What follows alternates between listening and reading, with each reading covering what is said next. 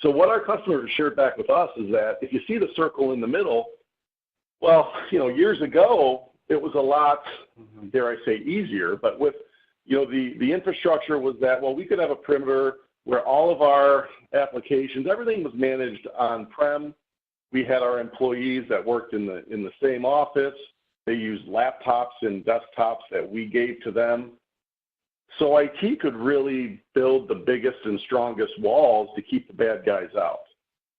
But as you all know that are on the call today, well, that perimeter is definitely changed.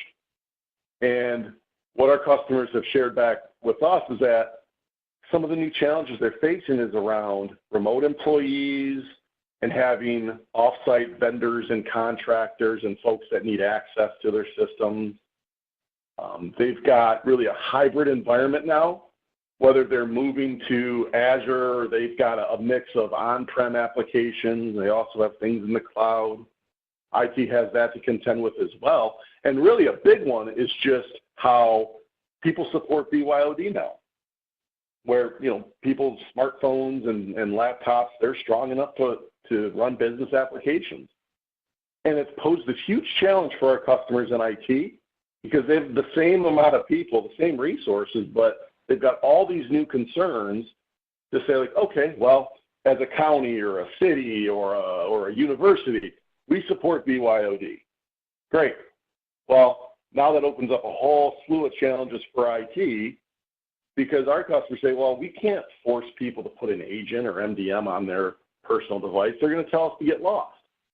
However, we need to allow them to access their applications from home or on the road and from their personal device. So it kind of leaves IT with this blind spot. So what Duo has done, we've taken our multi-factor solution that's really been well adopted, and we've added to it to help address a lot of these concerns around remote employees, personal devices, mixed environments, and that's really what we're going to want to show you at a high level today. Okay. So one of the best ways that we can show you how Duo makes a big difference in your environment is just how easy it is to use. Okay, so if anyone here is new to multi-factor, and I doubt that you are, multi-factor authentication really just says, hey, Duo needs something that meaning your password or your credentials, and something that you have, meaning a device like your smartphone or a token, something else to verify your identity. Now, a lot of customers are used to using this for online banking, or they'll have some other system, or maybe like for Google Authenticator. They might be used to the idea of what second factor is, but we're proud to say we are the gold standard for having a very easy tool that you can use and give your customers a number of different options on how to verify their identity so you can trust they are who they say they are and help with all of the phishing problems and all of the breach issues that our customers, especially on the public sector side, are faced with. Okay, so let me flip over here. Now, this gives you a really quick idea of if a user is trying to access Outlook, and Outlook is being protected with Duo. So one of your users could be logging into Outlook. They put in their primary credentials like they normally should. They go to sign in, but before they can get access to Outlook, they're going to be challenged with this Duo authentication prompt. Now, we're not going to have time to go through all the different customization pieces here today, but very simply, the nice part is that you can give your customers and users a way to verify their identity, but you're not going to force them into, hey, you can only get a text message, or maybe you can only use like an old hardware token. Duo is great because we give you flexibility, and you can decide as a Duo admin what authentication methods you want your user groups to be able to use. So the common example here would be, well, maybe they can use push, which is which goes a push to the Duo mobile app, which is a free and harmless app. Maybe they get a phone call, they could enter passcode. You can use a YubiKey, you can get SMS text. There's a number of different methods that you can use. But the quick and easy example is, hey, send me a push. All that does is go to the device that they've registered and selected. they can choose multiple devices. So they're going to get that notification on their phone. I'm going to unlock my phone, and then the mobile app is going to give you some information about that the user is trying to log in. Okay, Chris is trying to log into Outlook from this time and this location. After about the second time using Duo, your users really start to expect this behavior. And it's a pretty easy process with green or red, check and X. All I have to do is hit approve, and then I get access into the service. Now, what's nice is that you can have different policies that Jake's going to mention. You can talk to you a little bit more about having different policies for different user groups. So you don't necessarily have to challenge someone for Duo every single time. You're going to be able to throttle your multi-factor depending on who that user is and what type of stance you want to take with them. Okay, so that's very quick experience for what your end users might experience with Duo's multi-factor. Okay, now that is just the first piece and almost like the baseline standard of where people start and why they choose Duo. It's easy, you can use it across the board, and quite frankly, this is all that Duo is focused on. So we've got hooks built into virtually everything. So if you have a big event that occurs or an incident where you need to get multi-factor up and going today, we time and time again have helped our customers implement Duo right now because of all of the hooks and all the pieces we've already built in to get Duo integrated in your environment, and then also to really effectively and quickly enroll your users in the service. Now, where we go from there is really speaks to the Duo Trusted Access or Zero Trust or Unified Access solution. There's a lot of different thoughts and phrases being thrown around there, but really Duo focuses on trusted access to follow this zero trust approach to security. And I'm sure you all have heard of zero trust, and from talking with my customers on the state and local government and even some of our universities, they're really starting to investigate what really that means. And Duo has put it into 5 different phases. Okay, we're not going to spend a ton of time on this today. I'm going to touch on a few things, and then I'll pass it over to my buddy JD here to talk more about the why. But if we start on where Duo really begins is saying, hey, we need a standardization across the board for multi-factor. We're having a heck of a time with getting phishing scams, and we're having payroll redirect problems. We're getting all of our accounts locked out, and people can't do their jobs. I mean, there's a lot of issues that I'm sure you've heard at other cities, like, City of Atlanta is a really good example where, their court system was essentially shut down. And then, there was a big ransomware problem where, they had to very quickly make some changes, and it caused a big stir and also hit the news wire. That doesn't help anything either. Well, we start with having on phase 1 with having a multi-factor tool put in place. Now, where Duo's really continued to adapt and evolve our product is really going up in these other maturity phases of trusted access, where we've standardized multi-factor across the board for all of our users, for all our applications, and we don't care what device they're using. They're being challenged with multi-factor. Now, what Duo also does is that it can give you an inventory to all the devices that are being challenged with Duo. So what that means is that Duo doesn't care if you have managed devices and personal devices. If they're being challenged with multi-factor, you can have insight into all these different endpoints that are accessing your resources, which is a great way to have some new visibility that you may not have had before. Now, once we have that inventory, then you can take the next step, and Duo's got a way where you can inspect a device to find out where they're coming from, what operating system they're using, what browser information they're using, and have that sort of next level of visibility as well. And we do it without having to install any agents whatsoever. So that's a really key thing to think about is like, well, you can have an agent-like approach without having to convince a staff member to say, hey, I need you to install this agent on your phone or on your laptop. Duo can still give you some of that hygiene and location information, which has been really helpful, because then you can take the next step to say, I want to enforce some policy. To say, all right, John Salmon, we're going to let you work from home.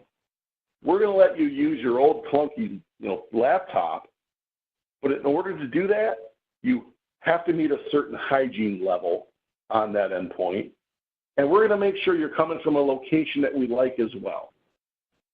So it really amps up your multi-factor approach to say, like, well, yeah, we're going to make sure people are who they say they are, but then we're going to make sure they're having a healthy hygiene level. We're going to make sure they're not coming in from a unsavory location to say, like, well, there's no reason that John ever needs to come in from, Russia or China. Maybe we want to have a policy that denies that. And at the top level, that zero trust, Duo also has a way with our latest edition called Beyond that allows you to flag devices if they're personal or if they're managed. And there also might be some situations where maybe you don't want when you're a user group to have to go through your VPN. Well, Duo is an alternative solution to take them through this entire multi-factor workflow to provide a secure pipeline to say we're going to verify they are who they say they are. We're going to inspect their device and make sure they're up to speed. And then maybe we want to maybe not force them to go through a VPN, but have them go through Duo to provide that secure pipeline. All right. Thanks for bearing with me.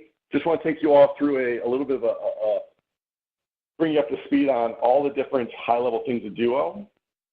So what I'd like to do now is kind of pass it over to my partner, JD, to talk about some of the reasons why folks are using Duo.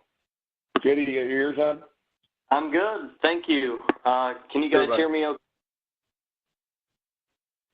Can you hear me, John? I can. Yep. Okay. Awesome.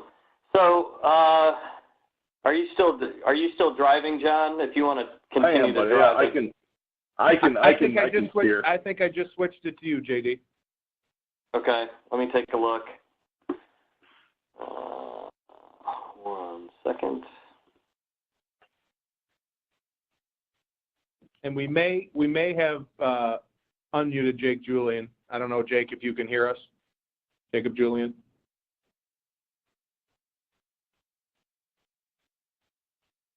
I'm having trouble sharing for some reason. Why don't you pass it over to John and I'll just have him drive. I apologize.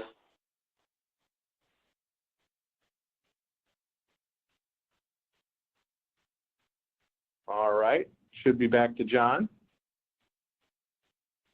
Awesome. Thanks, John. So I'm just going to spend a few minutes to talk a little bit more about the business drivers. We tend to talk with most of our customers at the fairly early stage of contemplating an MFA or a cybersecurity project. And really almost every one of the conversations that we have start with a business driver that revolves around risk. And in most cases, we ask our customers to kind of make their own assessment of where they're at risk. There's several different studies. The Verizon study of last year was one of the things that we used kind of as a baseline, but their understanding of breaches is that 95% of breaches involve compromised credentials, and 75% of the breaches involve compromised devices. And certainly if you can address both of these issues at the same time, the mitigation of risk can be significant. In fact, nearly every best practice guide recommends both MFA and the creation of a device inventory that's accessing the network. So when you're thinking about this first business driver, I guess to some degree you have to put on your kind of your naughty hat and try to figure out where a hacker would originate an attack. And as a network owner, what key applications would be first to protect? There's some other questions that you'd certainly want to ask. One is how you can ensure that your users are who they say they are. And last but not least, is there a tool or tools that I currently have that can ensure that devices or endpoints aren't introducing malware, or in the case of Atlanta, ransomware to the network? You can go ahead to the next slide, John. The second business driver, that we typically talk about, is really just some of the compliance areas. So nearly all organizations have some sort of PII, and in fact, most have some PCI information that needs to be protected. As we become more familiar with our state and local accounts, we find that there's almost always a component of CJIS to consider at some level, and in many cases, HIPAA as well. Our customers tend to think about compliance requirements in that first phase of MFA projects, and it's certainly something that, as you can see here, we've addressed the vast majority of these compliance areas with Duo MFA, and in many cases augmented with the product that kind of handles the whole device visibility that we'll show here in a minute. Next slide, John. Thank you. As John alluded to earlier, there's a lot of things that are certainly changing for many organizations in state and local government. There's a desire to move to the cloud. As you can see, their anticipation is by 2020 that roughly 92% of the networks will be running fully cloud. As you consider an MFA provider, there should be some questions about what aspects of cloud, network, and on-premise applications that you look to eventually secure. In the 13 months that I've been with Duo, we have yet to find something that we can't cover in any capacity. Sometimes it takes some clever work. Sometimes it takes working with a solution engineer like Jacob.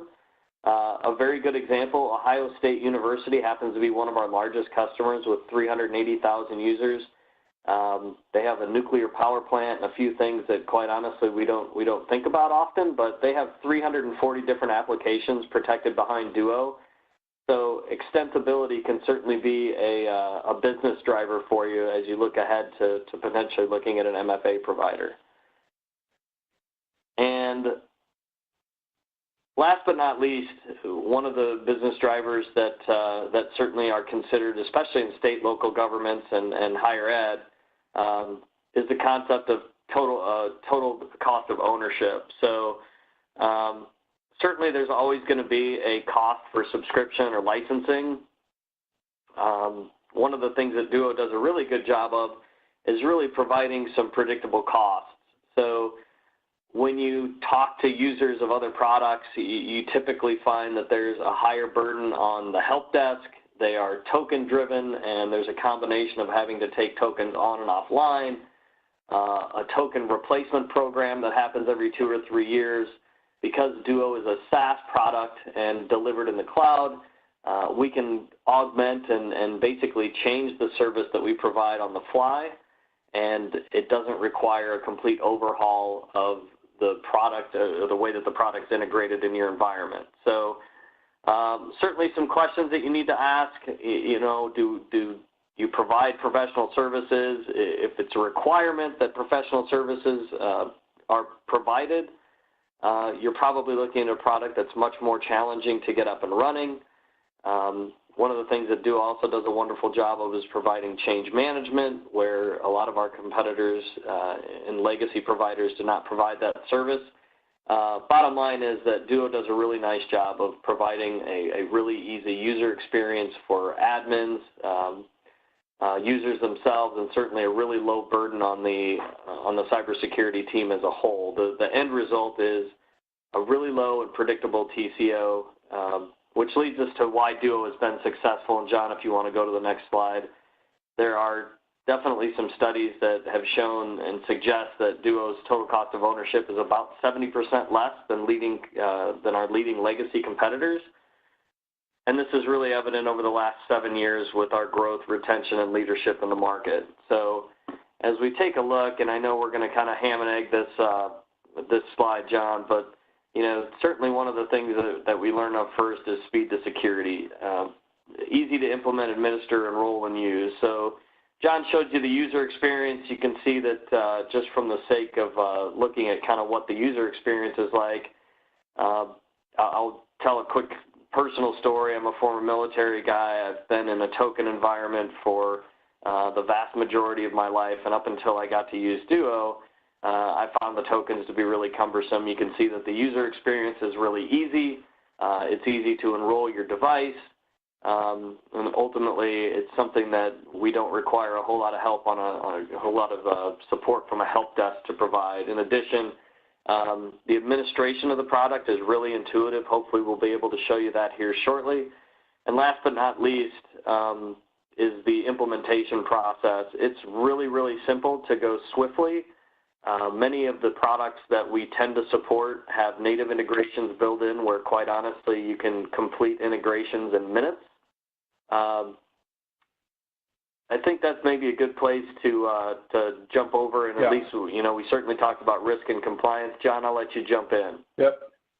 Yeah, thanks, Jerry. So we'll come back to this slide after we show a little bit more on the back end. These bullets here, we tried to boil them down because people say, like, well, why Duo? Well, unfortunately, JD and I could talk your ear off for about 5 hours in all the cool different areas where Duo is helping people secure their applications and trust their users. But these 5 different bullets, if there's one takeaway we could leave with you, keep this stuff in mind, and at the end of the webinar, we'll come back to this slide as well. So a lot of it is, you know, we might get started if it's like a city or even a county. They might get dinged on a security audit, or to meet, like JD said, they have to meet CJIS compliance.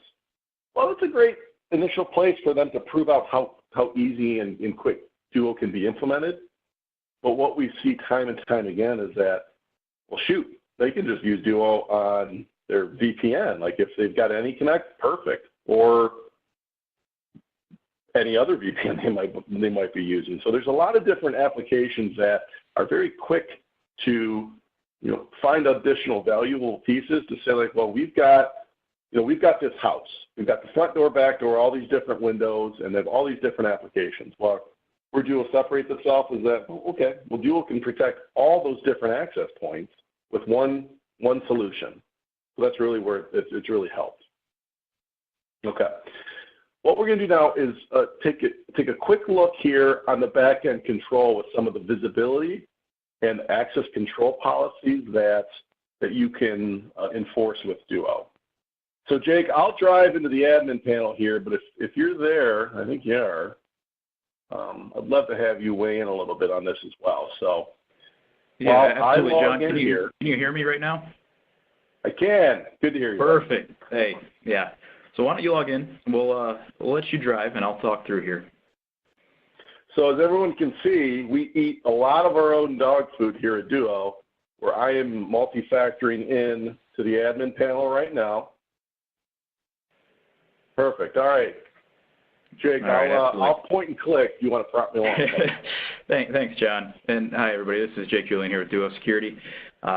What you're looking at right now and what John just switched into is the back-end administration area of Duo. This is completely managed by us, completely hosted by us, so there's no management servers necessary for you to get up and running with Duo.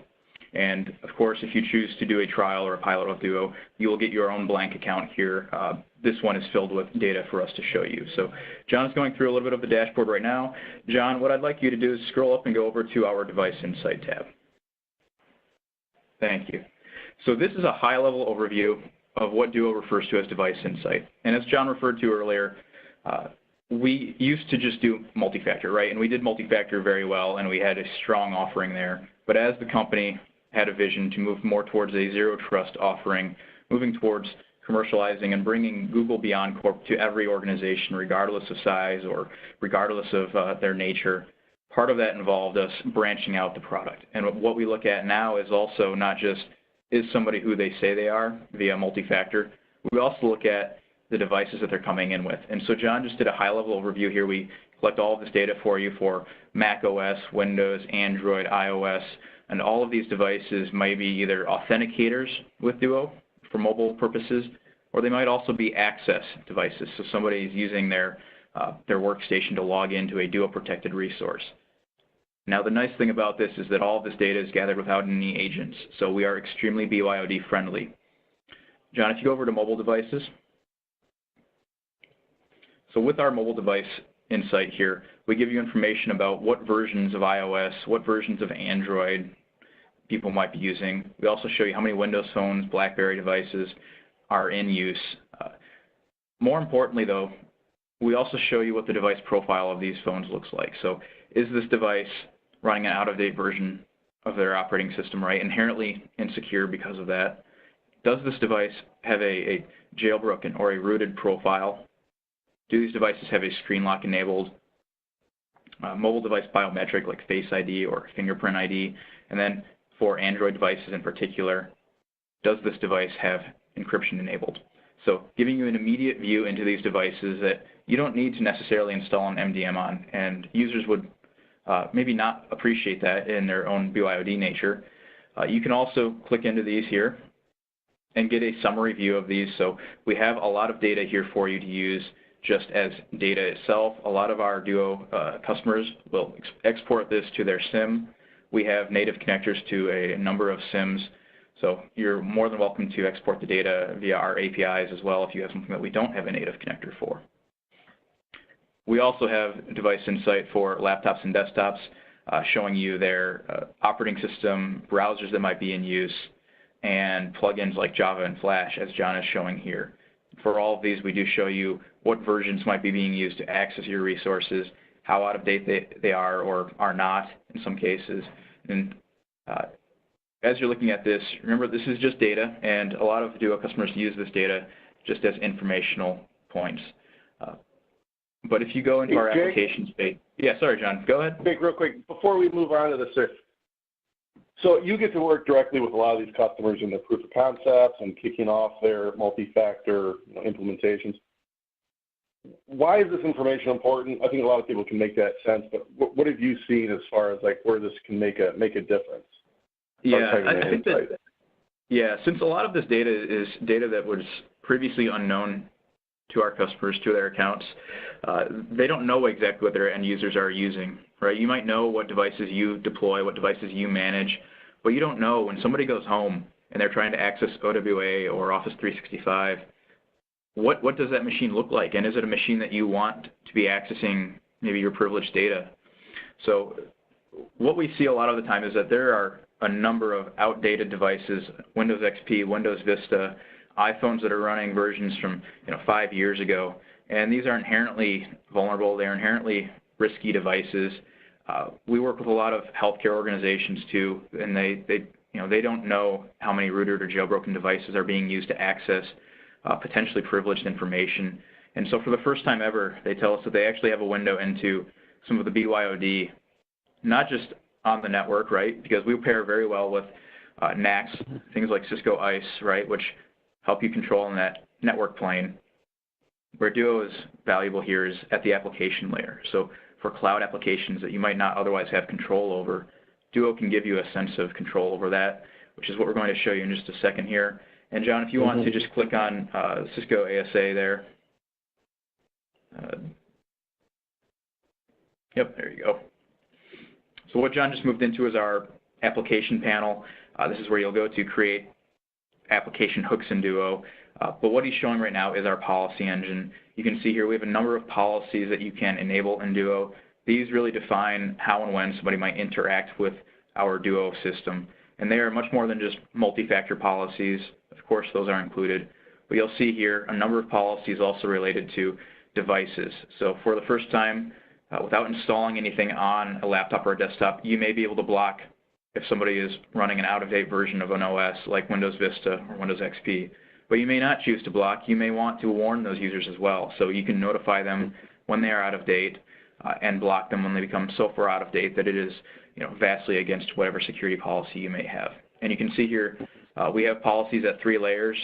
So you can get as granular as you need to. It doesn't need to be all or nothing. You can do group-based policies, application-based policies, and a baseline policy. We call it global policy. So yeah, John, yeah. Sorry, thanks, Jake. So this is a quick way you can see just a point and click how to edit a policy. And again, it's been really helpful where quickly you can see there's a lot of different areas. You can really ratchet up the security profile. But for our customers in public sector, we don't see that necessarily across the board. We see that used heavily in certain pockets for like IT admins or people with very high-level access to whether it's financials or personal information. You might really want to say like, okay, for that user group, we're going to make sure that, well, for their authentication methods, they can maybe only use push and we don't want to support SMS or phone call backs. Or they're coming from a location that we approve, maybe only from Canada and the United States. There's a lot of different controls in here, and we're not going to go through all of them today. We don't have the time. But it gives you kind of a high level of all of the ways you can enforce very strict policies, or, quite frankly, you can bypass multi-factor if it's for a lower risk user group as well. To say maybe we only challenge them once a day, and we give them a lot of different flexibility in how they authenticate. So, Jake, anything you want to summarize with this, or are we good? No, absolutely, John. I think that you've summarized that pretty well. Really, what it comes down to is between the 3 layers here that you can apply policy and then the various policies you can apply, you can get as granular as you want when it comes to certain groups, certain applications might need more security, and certain ones might need less. And really, that's the zero trust model, is checking that every time, looking at the user, what they are accessing, and the device they're coming in from. That's the model that we've tried to encourage with Duo's platform. Right. So there's a lot of different areas here in the admin panel where if you're already a Duo customer, you might be familiar with this. And if you're not, this is where if you do set up your own evaluation or proof of concept, you're going to be able to really dig into all these different areas. And Duo, of course, can help you through with understanding the power of everything you can control with a multi-factor solution here. Before we jump out of the admin panel, the last thing I just want to touch on for 2 minutes is down here with the phishing simulations that we have with Duo. Very quickly, this is a way where you can create and customize an email campaign to phish your users and provide an additional layer of end user education around best practice for phishing. And even though it's 2019 and you think everyone should know by now, why you don't just click random links, and if it smells fishy, it probably is. Well, this is something we've added to our product that helps you with improving the security posture and end user education across the board. Where you'll find the technical part of Duo is a snap. It is something we are very, very proud to show how quickly we can get up and going. Where Duo continues to provide its value is helping you educate your users on not only enrolling in the service, but how do we very quickly and easily enroll? How do we educate people, whether it's on their hygiene or even with phishing campaigns, on providing them an additional layer of education. Okay, so Jake mentioned a moment ago with creating those policies and having some of the access control. What that might look like very quickly is, like, let's say we've got a group of users that we wanted to just warn them to say, all right, John, well, you're logging into the service, and I know right now my Google Chrome is out of date. And the reason I know is because Duo tells me. So there is a policy put in place that can say, well, if someone were to try to log in, and this is just an example to get into Office 365. If I go to log in, there's a policy where you can warn people to say, hey, your browser is 20 days out of date. They're still going to allow me to get in so I can do my job, but this is a great way where you can help educate your users on, hey, browser's out of date, operating system is out of date. And Duo will even tell them, okay, for this example, for demo purposes, Firefox is out of date, it's 20 days out of date. Duo will either give you instructions on screen on how to update it, or we might even link out to the manufacturer's website to tell people, hey, here's how to update your Firefox. We see this used pretty, a lot more frequently in our public sector space compared to maybe blocking access altogether. But you might have those instances where those are very high-risk users, and if you allow them to use personal devices that you're not managing and controlling, well, let's say if they're trying to log in here to their, their Cisco VPN, Duo can run that check, but you can set that policy that says, hey, we're sorry, you can't access because you have out-of-date software. And again, Duo is going to provide them the information of, hey, your Firefox is 24 days out of date. So something to keep in mind is that you can have a group-by-group policy that can warn people, can block people, or quite frankly, even bypass multi-factor for a certain amount of time if you choose. Okay. Quick time check. We're about 13 minutes to the top of the hour. I know we got started late.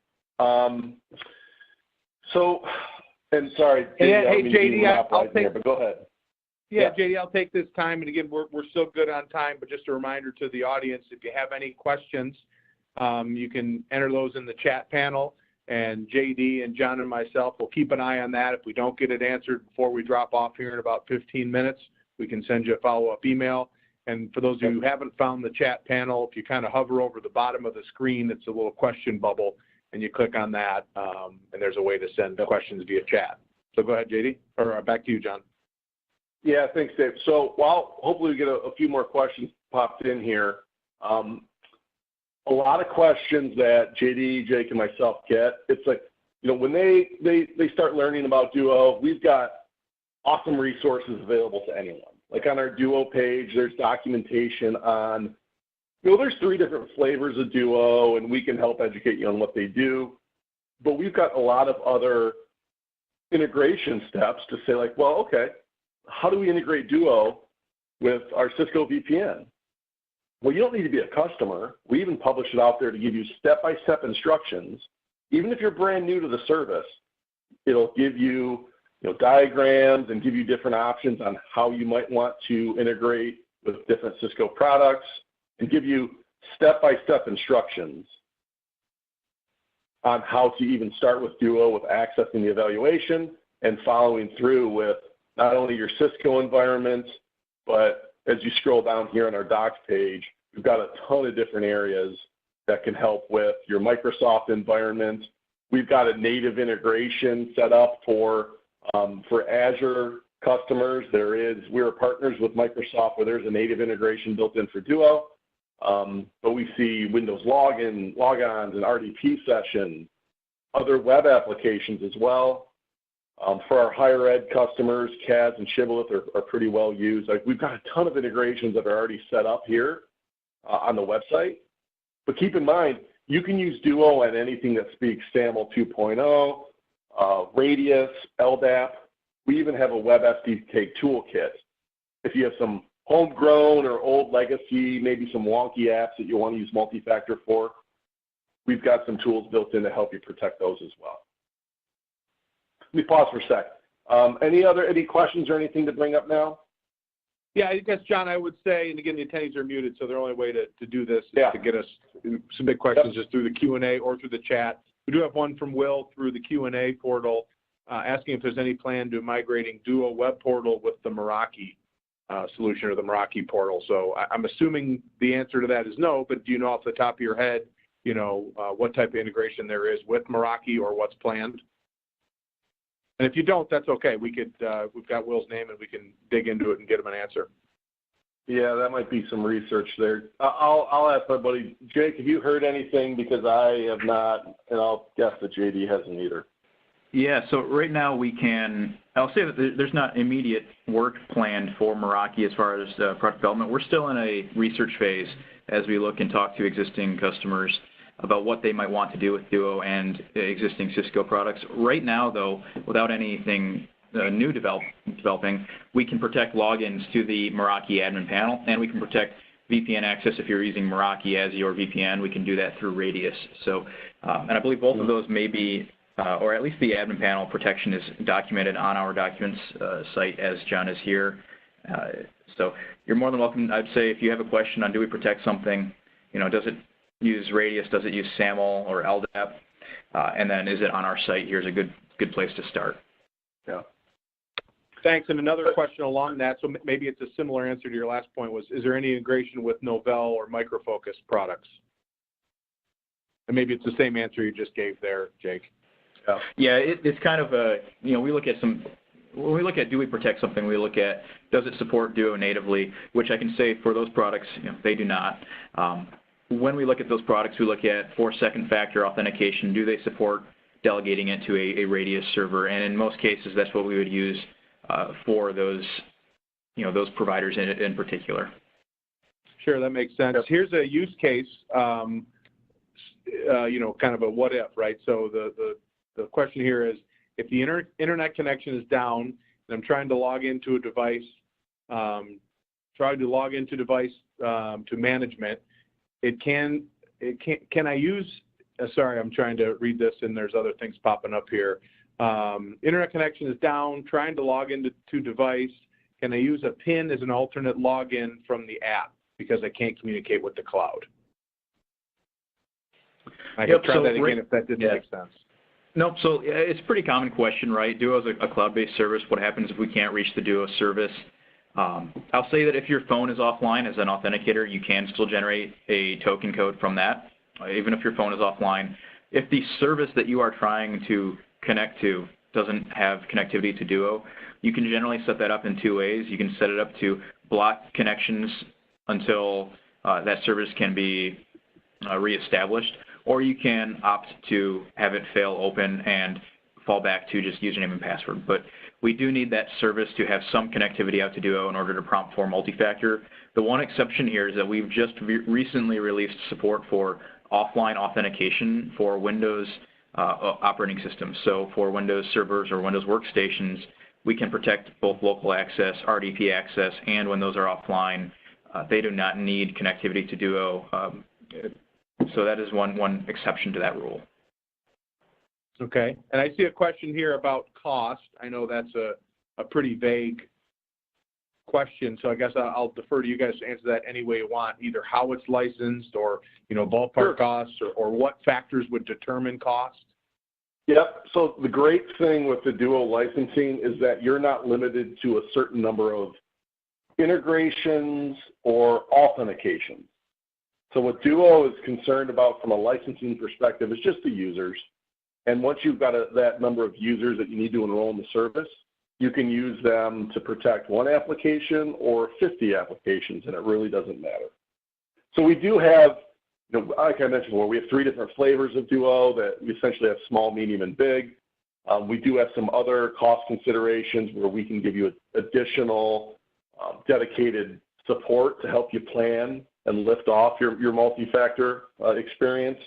But typically, if you spend 20 minutes with JD or myself, we're going to be able to give you a good, maybe a ballpark, like a start and a finish to some cost guidance. But we would need to spend a little bit of time with you to see what you guys what you did want to protect. Yep. Yeah, so I was just going to add there that it suffices to say that if you're going to have a fairly significant enrollment, the state and local government and the higher ed as a whole are verticals where Duo aggressively discounts the product to try to make it competitive with what else is out there. So to John's point, a little bit of time helps, but do understand that we definitely are cognizant of the space that you're in, and we try to price it appropriately. Yep. Awesome. And John and JD and Jake, I think that's it for the questions in both of the portals. Is there anything else you guys wanted to cover in the last couple minutes? Oh, is there?